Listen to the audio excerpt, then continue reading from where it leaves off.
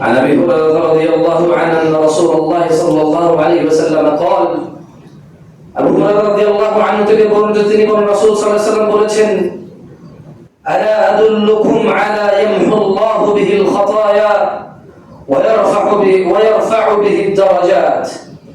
তিনি সাল্লাল্লাহু আলাইহি ওয়াসাল্লাম বলেন আমি কি তোমাদের বলবো না আল্লাহ তাআলা কি কারণে গুনাহ মুছে দেন এবং মর্যাদা বাড়িয়ে দেন? ক্বালু বালা ইয়া রাসূলুল্লাহ সাল্লাল্লাহু আলাইহি ওয়াসাল্লাম। সাহাবাগণ বললেন হে আল্লাহর নবী আপনি অবশ্যই আমাদের বলে দিন।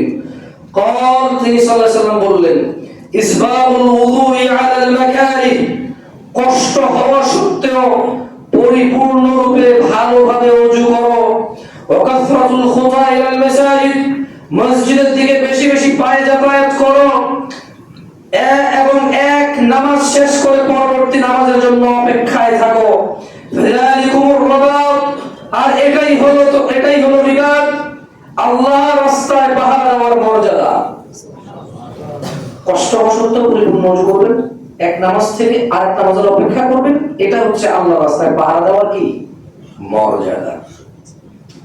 সালাত মুমিন ও মুনাফিকের পরিচয়, সালাত মুমিন ও মুশরিকের পরিচয়, সালাত মুসলমান ও কাফেরের একমাত্র পরিচয় বহনকারী ইবাদত।